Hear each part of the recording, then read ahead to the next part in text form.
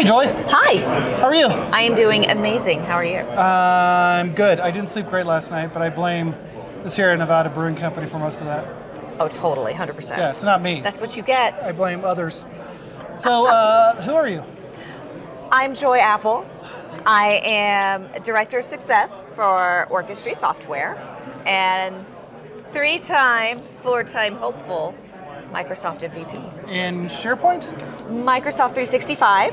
Okay. Here lately, I've noticed they've started shifting my designation to be more Teams focused because I do tend to talk a lot about Teams, but we all know SharePoint's at the middle of everything, so I will always claim SharePoint. Without SharePoint, you don't have Teams. You have nothing. But you were the joy of SharePoint. Yes, still am. You still are the joy of SharePoint. So explain why you are the joy of SharePoint. What makes you the joy of SharePoint other than your name is in that title? Well, because I needed to make stickers is one thing. But honestly, I got into the that's me. I got into SharePoint back in the MOS days. It's about late 2007, 2008. MOS, Microsoft Office SharePoint Server. Okay, We're going way back. But I was so impressed with the ability to take work on documents, right? Which you just say, we work on documents. That doesn't sound fun. But to take that and make it a truly collaborative effort. by taking whatever Word documents, putting in SharePoint, being able. Yes. This is if my memory serves, when you could start checking in and checking out Yes. documents, and there was version control. Exactly. Versioning. So content management was really coming to a thing, and it was where you could get to your content if your farm was configured properly. From pretty much anywhere, if you had VPN or whatever, and it was VPN. I don't miss VPN at all. It was a much better layout. It was much more configurable, and you had more organizational space than just your traditional file share that was just masses of folders. I made a small, not a career, just part of my job, a small little industry at a company I worked on using DFS. So you could then navigate to the route, then navigate to the city, navigate to the department within that city. So it's kind of our own document management layout form. Like it. All done through DFS and file shares. But Oh, wow. and it was kind of scalable because but it's not flexible. So you couldn't move things around easily. It required us to then redo everything the would DFS break. share. Yes. Everything would break. Yeah. Folders are still that way. But yes, the ability to create that information architecture for folks in a way that was much more dynamic and really help people work the way they worked, not just buried into all these bazillion folders with duplicate stuff everywhere. I know people are still living that life in other ways, but I just latched onto it. And then I saw a need, like the company I was at, SharePoint was implemented because IT built up sites and emails and said, here's your site, and walked away, and nobody knew how to use it. So I started doing internal training. I started teaching. So how did you learn? Just through experience? Did you read books? Did you go to class? All of that? None of it? Kind of none of it. I knew one of the gentlemen who was writing the book for Microsoft Press on SharePoint Server 2007 and knew me to be kind of a nitpicky kind of person, brought me stacks of paper this thick and said, hey, a bunch of engineers wrote this thing. It's going to be for a book. Could you proofread it and copy edit it? Okay, so you really knew little to nothing about SharePoint. I was in the banking industry at the time, trying to get over to a more technical job. Right, so but banking, like the finance side, not the IT side of banking. Side. The finance side, okay. Hated it. Hated it. Hated it. So I did. I spent hours combing through this. I was raised by an engineer, so I could kind of make my way through, and I'd be like, look, I'm not sure about this sentence. If it's supposed to be this, it should be written this way. If it's this, it's this. And I was like, by the way, this is really cool. You're like, so like when you're first reading it, it's like, I have no idea. I'm just looking for grammar and logic. And you get about halfway through and you reread a few sections. You're like, what are you guys doing here? Like, I was like, happening here? This is super cool. So I don't know if how many of us have written books or helped write books, but you don't get rich doing it. You get No. trauma and psychosis. You give up 6 months of your evenings. Yes. Probably 'Cause- get some heart damage from all the caffeine. No, I think the damage would be more towards staying up on a Thursday because you're in the zone till like 4 a.m. Yeah. It's like, crap, I have to be at work at 8 a.m. tomorrow morning. A lot of and that. I just like figured it out, or I'm on a roll and I have to stop now because it's 3 or 4 a.m. and Yeah. I will be exhausted at work tomorrow, and this is being done on my own time. It's a and labor of and I don't love. want to get fired. Have you Uh-huh. read the book? I've helped write Okay. 3.5. All right. So you've at least edited one, or is that one of the 3.5 that you've helped? Yep. So several of those for when there was still a Microsoft Press. And then the last one is the SharePoint 2013 one for Sam's Publishing. But I was like, I want more of this. This is amazing. Right. So instead of paying me money, I got sent to SharePoint training From the bank, or on my own time. A little company that was like the ultimate SharePoint trainers, MindSharp, okay? back in the day. So I went to several MindSharp training summits, and I just absorbed everything. And I went in. My first IT job was on a help desk, and I walked in. Welcome to the I'm good with people. I'm good with troubleshooting. Yes. I know SharePoint. You were and- one of the few at the time, I'm sure. Because I And they remember said, we when had, can you start? Again, I was working at small companies. We had SharePoint, and it was just all defaults. And then we had one guy who was Totally. really good, Scott Derlin, call out. He was really good at it, and then he showed me some things about, oh, you need to change all these things by default. But there Yeah. was no real SharePoint. That wasn't his main job. Right. It was my main It job. wasn't so- anyone's main job, Yeah. really. Not for a while. And is that a lead to where SharePoint then just became a sprawling mess? Because IT departments learned too late that Yeah. they should probably have a SharePoint person. It became one of two things. It became a sprawling mess or a ghost town. Oh, just nobody used it. Just cobwebs in the corner, empty, because they were like, I don't know what that is, and they just kept using the file share. It works. And so that company I was with, it was in the manufacturing space, but for the government and the military. So there was all kinds of really cool stuff going on. The actual proposal center was the biggest adopter of SharePoint because they saw the value immediately. We had 2 different Active Directory forests, Yay. one for internal, one for government military. Okay, that makes sense. Right? So they could go into that domain where we had SharePoint and the government contracts and work in collaboration. I'm guessing government contracts, there's nothing but paperwork, piles and piles of. So much. So much. So much. I have And so trauma. SharePoint is so much better than file shares of people dumping it Absolutely. in with random Again, file names and version whatever. control, right? Being able to send a link to someone in an email. You can also do approvals. So yes, this is approved. It can move on to the next level. Yeah. That's all the basic SharePoint stuff. I'm sure this in my SharePoint knowledge dies like 2010. It's fair. And then I was a user, and then suddenly Teams was being built on SharePoint. Yep. So how's that migration been for you from being a SharePoint person to now one of the few probably, who really understands the back end of Teams? Like, I'm always afraid, and I probably shouldn't be, like, you go into Teams, you can click, see the files in SharePoint, every now and then you have to, Absolutely. but I'm afraid to touch anything, delete anything, rename anything, because I'm like, this seems tenuous. Is that... So an admin raised you right to be afraid to mess stuff up. I appreciate that greatly. Whoever that was, thank you. Fear is important. But I think that was self-inflicted. yeah, we've learned those lessons the hard Yep. way. I think the important thing is for people to know there's a lot of power behind that team.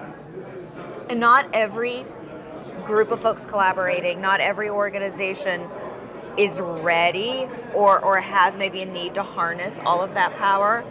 But version control, enterprise content management, ECM, that's still there.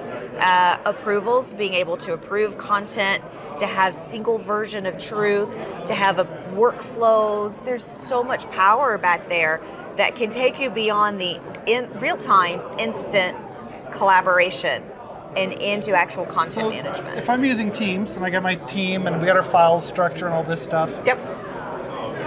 is it okay to then have like open at the SharePoint site and use SharePoint specific things that haven't been exposed in Teams. Like, Absolutely. because you mentioned that approvals and whatever, I don't think that's in Teams. It's not. It's not native. At least It's not all that. in SharePoint. So you could use Teams for accessing the files and Yeah. doing your team things and chats, whatever. Totally, And then, 100%. and then you can go around to, yeah, Dan. Sorry. I don't think you are. He didn't seem sorry. He isn't sorry. He's low-key proud of interrupting us. people. It's lunchtime at vNext. We didn't even talk about that. But then you could also then have a separate form or whatever. It's based Totally. on SharePoint stuff and use the best of both. And you can build outside of files, which is the shared documents, and have additional libraries with different metadata. We love metadata in the SharePoint world. Tab to it in Teams, make it easy to get to. You can really build up a process that works well for you and the people you work with.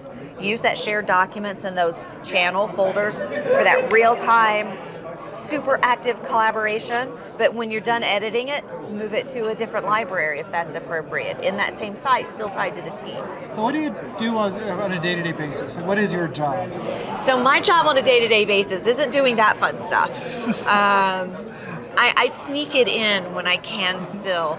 But I work for Orchestry, which I mentioned, and we have a tool that is a Microsoft 365 management tool. We help people with lifecycle management of their teams, and we call them workspaces, right? To get rid of those dusty cobwebs. Actually, 2 years archive stuff. Yes, we do guest management. How many guests are in your tenant? Do you know? Have they signed in lately? Show you. Are they active? Should they still be here? We have a recommendations engine that can give you recommendations on your tenant outside of the scope of those things. So my job is to help our customers, our partners, realize the investment that they put into Orchestry to get the most out of it, to make sure their content's archived, to understand what it even means to have a lifecycle management policy, and to really embrace the power of governance, both from an M365 management perspective and because it's coming, and you can't do a podcast right now and not say this word, co-pilot Yes. readiness. You get a sticker I got for a saying co-pilot. sticker. Oh, it's yours. Hold on. You get candy. Bait and switch, it's old There bait. you go. You get candy for for saying co-pilot. I'm not trying to make this an Orchestry sales thing, just my own knowledge. 'Cause this is Nope. Teams Fridays. Yeah. Where does Teams stop on some of that control, or the Entra ID and all of that, and when does an organization need to go like, okay, we can just use the homegrown Teams pieces until? True, So yeah. what are the limitations in Teams that then required Orchestry to bring this to market? So there's kind of a way to archive a team in Teams for your team. You can do an archive in place, and it kind of hides it from people, and it makes the SharePoint site read-only.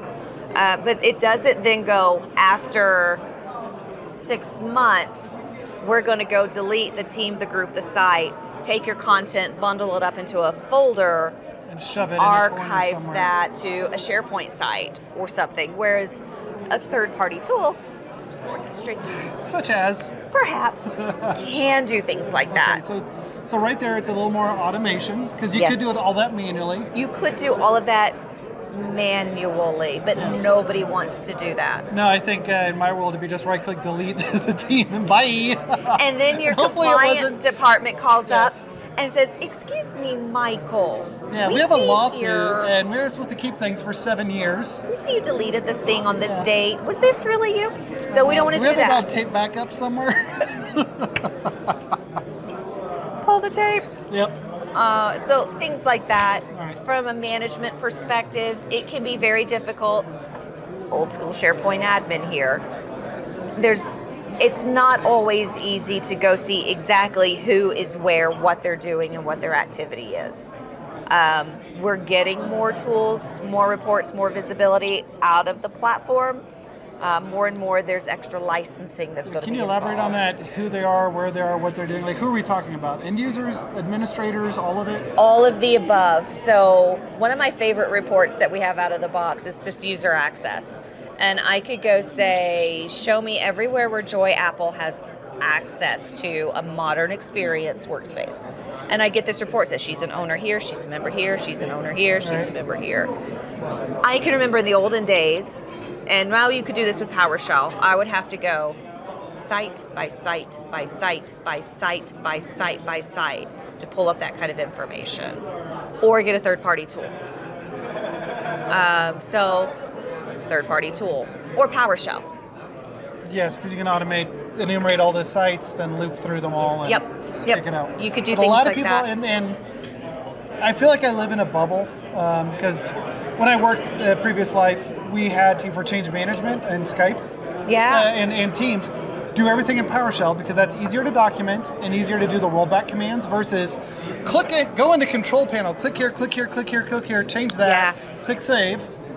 Or submit or whatever it was called, save and apply or whatever it was called.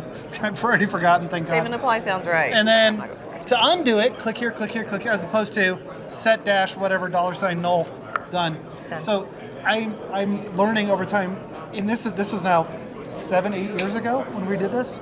Okay, yeah. 6 years at Microsoft, now a year and a half at Jabra, so pushing 8 years ago when I last worked there. God, it doesn't seem like that long ago. People are still afraid of PowerShell.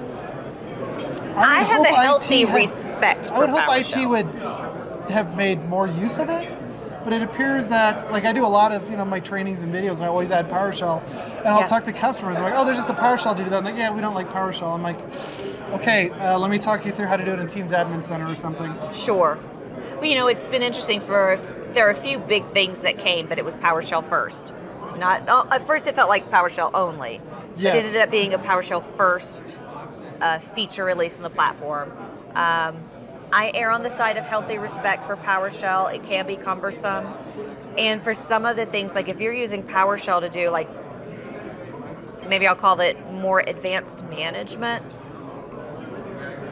it's critical, it's important, it's valuable, but it will take some care and feeding of those scripts to make sure things are staying up to date, pulling the values as more things come in. They update the PowerShell commandlets inside Teams and SharePoint. Things change. They do. They absolutely do. Are you going to crash? Yeah. You crash our podcast? Yeah, we're podcasting right now. No, come here, say hi. Come here, say hi. Wave to everybody here. Sharon Weaver is joining the conversation, ladies and gentlemen. I'm so sorry. It's okay. Hi, Here. I came in to say hi. Here, look, take a seat for a second. Okay. We're wrapping up. It's We're lunchtime family. anyway. Sure. Sure. So really quick, I mean, you two, when I come to these events, vNext, whatever, you two are always like, are you like best friends, or is there been a, or okay. Yes. I don't want to be like, yeah, well, Mike, you didn't know about last week, did you? When we're just We don't. no. And you're both so. You two are, in my mind, work in the same kind of technologies and Very much things. so. I think SharePoint when I think both of you. Yes. That's changing. You're now like more Teamsy, or at least. I will always Doing be more on the the joy of TV side. SharePoint. When I won my MVP award the first time, Jeff Teeper congratulated me and told me that I should never change my Twitter handle. Even from Teams. Yes. Yeah, Jeff Teeper is Teams guy. Yep. So I will hold to that. But I might also put hashtag Joy of Teams there someday. I don't know. Is it there? Not yet. Maybe I mean, have you maybe I taken the should X do handle? that. You should tie down the X handle and the FU handles. You should. I should do that. Yes. 100%. Okay. You heard it here first, Yes. folks. Sorry, it's lunchtime. Comes next. You've been here. Both have been here a few times. Yes. And At least 4 years. I'd say this is our fourth Yeah. year, right? Yeah. Yep. And we've events. already shown the video with you and Women in Teams. You're also in the Women in Teams community, right? Absolutely. And how much has that helped? I have her opinion because we talked a month ago about Women in Teams. What's your take on Women in Teams? I'm going to say this, and this isn't exclusive to Women in Teams as a group, though I love the group. It's such an honor to be part of it. I appreciate the Microsoft community as a whole. Call out to Women in Teams for creating a place where someone who is a rabid technology fan, I can come in, I feel not just included but accepted, and it's like I'm part of the team. I'm not just there. It's just really great to come in and find, because we tend to be kind of feel like outliers sometimes. When I was first coming into technology, there weren't a lot of women. Sharon and I On talked the help about this. desk. When I was in college, there was one female in Right. in the class. Yep. I've walked into a customer site and was told that they thought my name was a typo, that I was Should be Jay. Sure, the J It of was like- SharePoint. But That even makes sense. Jay Lease, don't get any ideas. But yeah, it was like, no, I know how to write my own name. I know what my name is, but thank you. So it's so nice to really just see that kind of support and the allyship and the friendship across all areas of the Microsoft community. Love it. Anything else you want to add, either of you? Because I'm getting hungry. I think I'll say thank you for this. Thank you for Thank you for joining. pulling in the people and give us this chance to talk and to be part of this. And thank you, vNext, for always being supportive, not just of the technology, but of the women in technology. You always do a great there's a job whole for that. women's session at this event, right? Yeah, 3:30. We're doing empowering diversity. We're going to have women up on stage that have all levels in technology. They're going to talk about their journeys. And then tomorrow at 8:15, we're doing a podcast for women in M365. Oh, is it expanding? Oh, you heard it here. Stay tuned. Okay. All right. Well, thanks everybody. Thanks for watching Team Thanks. Friday. Thanks for Thanks for having me, Sharon, for Michael. crashing. Yep. Okay. Thanks. Bye. Bye.